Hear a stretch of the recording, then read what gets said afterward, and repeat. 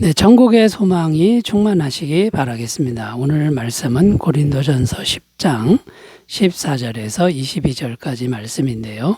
19절에서 21절까지만 읽고 말씀의 은혜를 나누겠습니다. 그런즉 내가 무엇을 말하느냐? 우상의 제물은 무엇이며 우상은 무엇이냐? 무릇 이방인이 제사하는 것은 귀신에게 하는 것이요 하나님께 제사하는 것이 아니니 나는 너희가 귀신과 교제하는 자가 되기를 원하지 아니하노라.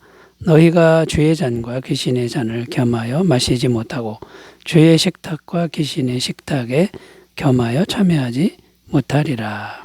아멘. 이제 오늘 말씀 14절 우리가 읽지는 않았습니다만 14절에 보면 그런즉 내 사랑하는 자들아 우상 숭배하는 일을 피하라. 자, 이렇게 말씀하는데 이 말씀의 의미는 이제부터는 우상 숭배하는 일에 대해서 언급하겠다라는 것이죠. 사도 바울이 이 우상 숭배하는 문제를 왜 언급하는 것일까요? 당시 고린도 교회 성도들 중에는 우상 숭배하는 것을 너무나도 가볍게 여기는 사람들이 있었다는 겁니다. 우상에게 바쳐졌던 고기를 먹어도 된다 이렇게 생각하는 것까지는 좋은데 우상들의 그 제사 예식에 그 제사 드리는 장소에 참여하는 것까지도 쉽게 참여하고 가볍게 여겼다 이런 사람들이 있었다는 겁니다.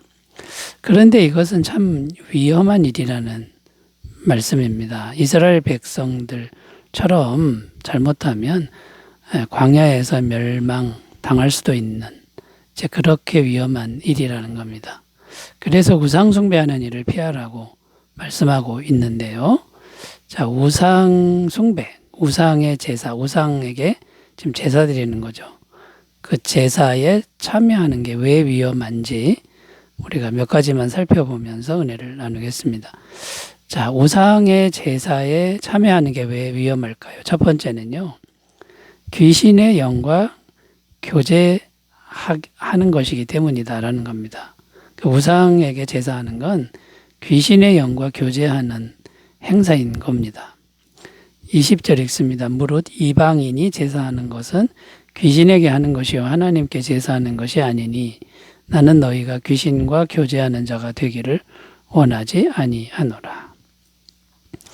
여기 보면 분명히 우상 숭배 제사는 귀신에게 하는 거라고 말씀하고 있습니다. 그리고 그 현장에 분명히 귀신이 임하고 역사한다라는 것이죠. 자, 시장에서 파는 그 고기들, 우상에게 바쳐졌던 고기들은 먹을 수도 있다. 이렇게 결론을 줬지만요. 그렇다고 귀신에게 제사하는 그 현장에 참여하는 것까지도 되는 건 아니다. 이제 이런 말씀이 됩니다. 근데 고린도 교회 성도들 중에는 너무나 쉽게 그 귀신의 제사에 참여를 했다라는 겁니다. 자, 이것은 그리스도인이 성찬에 참여하는 것과 이제 같은 원리가 적용되는데요. 16절, 17절을 10장 16절 17절 읽으면요. 우리가 축복하는 바 축복의 잔은 그리스도의 피에 참여함이 아니며 우리가 떼는 떡은 그리스도의 몸에 참여함이 아니냐. 떡이 하나요 많은 우리가 한 몸이니 이는 우리가 다 한 떡에 참여함이라. 우리가 성찬식을 행할 때 성령님을 통해서 예수님과 연합하는 겁니다. 하나님의 영이 임재하시고 역사하는 자리라는 것이죠.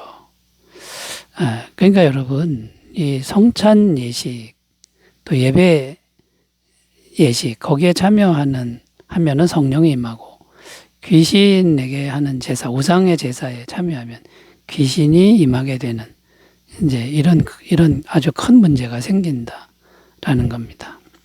자, 성찬 예식에 대해서 좀 더 말씀드리면 성찬 예식에 참여하면서도 문제가 될 수 있는 부분이 뭐냐면 포도주와 떡을 먹는데 아무 의미 없이 먹거나 술 마시듯이 취하려고 먹는 사람들, 이런 사람들에게는 성령이 임하지 않는다라는 겁니다.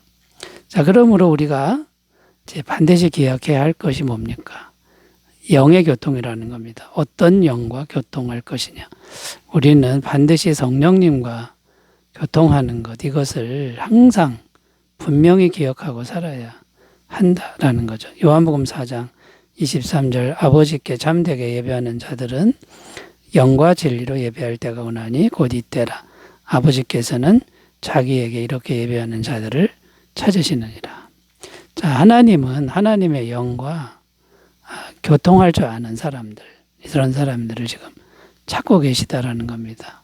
무분별하게 우상의 제사에 참여하지 말기를 바라고요. 성찬 예식에 참여하면서도 성령님과 교통하면서 참여하는 그런 예배를 잘 드리시기를 바라겠습니다. 자, 두 번째로 가보겠습니다. 우상의 제사에 참여하는 게 왜 위험할까요? 두 번째는요, 하나님과의 사랑의 관계가 깨어지기 때문이다 라는 겁니다. 자, 우상숭배하는 일을 피하라 했는데 우상숭배는 어떤 것들이 있습니까? 일단 눈에 보이는 우상들을 들 수 있습니다. 고린도 지역에서는 아프로디테라는 여신상이 있는데 거대하고 미의 여신입니다. 굉장히 아름다운 그런 거대한 여신상인데 이렇게 우리 육신의 눈에 보이는 아주 커다란 우상 숭배하는 것이 있을 수 있습니다. 오늘날에도 있습니다. 당군상을 만들어 놓고 섬기고 불상, 그 다음에 제사상, 그 다음에 장승, 천하대장군, 지하여장군 이런 것들을 놓고 숭배하는 것을 들 수 있습니다. 오늘날에도 여전히 사람들이 이런 곳에 많이 몰리고 있습니다. 그리고 더 크고 더 화려하고 더 독특하면 더 큰 복을 받는다 이렇게 생각하는 경향이 많습니다. 자, 그런데 여러분 이렇게 우상을 숭배하면 어떻게 될까요? 성도가 우상을 숭배하게 되면 일단 하나님은 두 마음이다. 두 마음이라는 것은 순전한 마음이 아니라 음란한 마음이다 이런 뜻이 되는 거죠. 그 두 마음이 된다라는 겁니다. 21절 너희가 주의 잔과 귀신의 잔을 겸하여 마시지 못하고 주의 식탁과 귀신의 식탁에 겸하여 참여하지 못하리라. 그러니까 이것은 두 마음이 섞인 마음이니까 음란한 마음이라고 주님이 평가한다라는 거고, 그러면 하나님이 그런 마음에 함께 하실 수가 없다라는 겁니다. 결국은 하나님과의 사랑의 관계가 깨어지게 되는 것이죠. 야고보서 4장 8절입니다. 하나님을 가까이 하라. 그리하면 너희를 가까이 하시리라. 죄인들아 손을 깨끗이 하라. 두 마음을 품은 자들아 마음을 성결케 하라. 여기에도 보면 두 마음을 성결케 하라 이렇게 되어 있습니다. 두 마음은 깨끗하지 못한 더러운 마음이라고 말하고 있는 겁니다. 하나님과의 사랑의 관계는 한 마음이어야 됩니다. 순전해야 된다라는 거죠. 우상숭배하면 사랑의 관계가 이렇게 깨지는 거고요. 그 다음에 우상숭배하면요, 하나님이 질투하셔서 진노하신다라고 성경은 말씀합니다. 22절 그러면 우리가 주를 노여워하시게 하겠느냐? 우리가 주보다 강한 자냐? 왜 노여워하시는 걸까요? 우리를 사랑하기 때문에 당연히 질투심이 일어나시는 겁니다. 사랑하지 않는다 그러면 질투심도 없는 거죠. 출애굽기 34장 14절 너는 다른 신에게 절하지 말라. 여호와는 질투라 이름하는 질투의 하나님이니라. 너무나도 순전하게 사랑하니까 우리가 다른 걸 바라보면 질투하시고 그 다음에 분노하시는 그런 것이 정당하다라는 겁니다.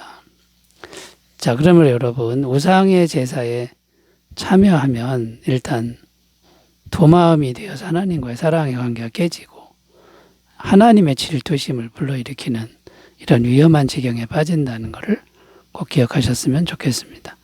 자, 세 번째로 가보겠습니다. 우상의 제사에 참여하는 게 왜 위험할까요? 세 번째는 세상에 귀한 것을 더 사랑하게 되기 때문이다 라는 겁니다.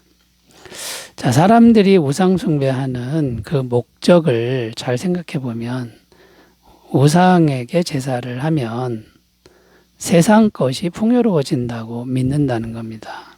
예를 들어 가나안 땅에는 바알신이 있었습니다. 이 바알신을 섬기면 농사도 잘 되고 뭐든지 잘 된다.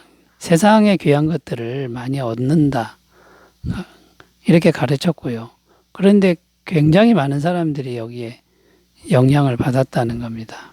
그만큼 사람들은 세상에 귀한 것들을 크게 생각한다는 겁니다. 돈이나 명예나 권력, 그 다음에 뭐 외모, 출세 이런 것들을 얻을 수만 있으면 얼마든지 많이 몰려든다라는 겁니다.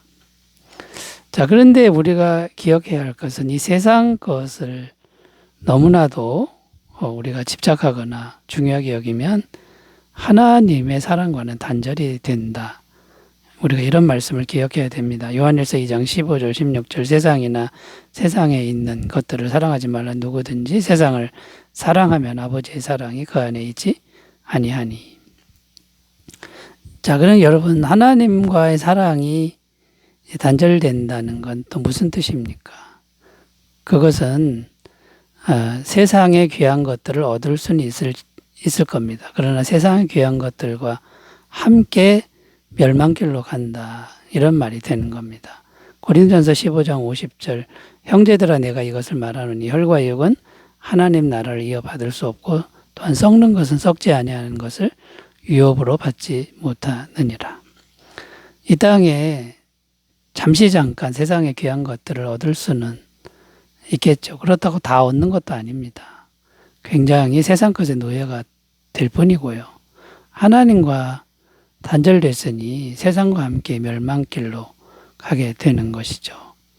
그런데 우리가 세상의 귀한 것들보다 하나님을 더 사랑하게 되면 이것은 영원한 나라와 영원한 축복, 영원한 사랑이 우리에게 예비되어 있다라는 것입니다. 그런데 우상의 제사에 참여한다 이 말은 하나님보다 세상의 귀한 것을 더 사랑하기가 쉽다라는 겁니다. 여러분 이 길을 잘 피하시기를 바라겠습니다. 기도하겠습니다. 하나님 아버지, 우리는 우상 숭배가 아니라 오직 하나님만 사랑하는 신앙이 되게 하옵소서. 예수님의 이름으로 기도드립니다. 아멘. 기쁜 하루 되시기 바라겠습니다. 감사합니다.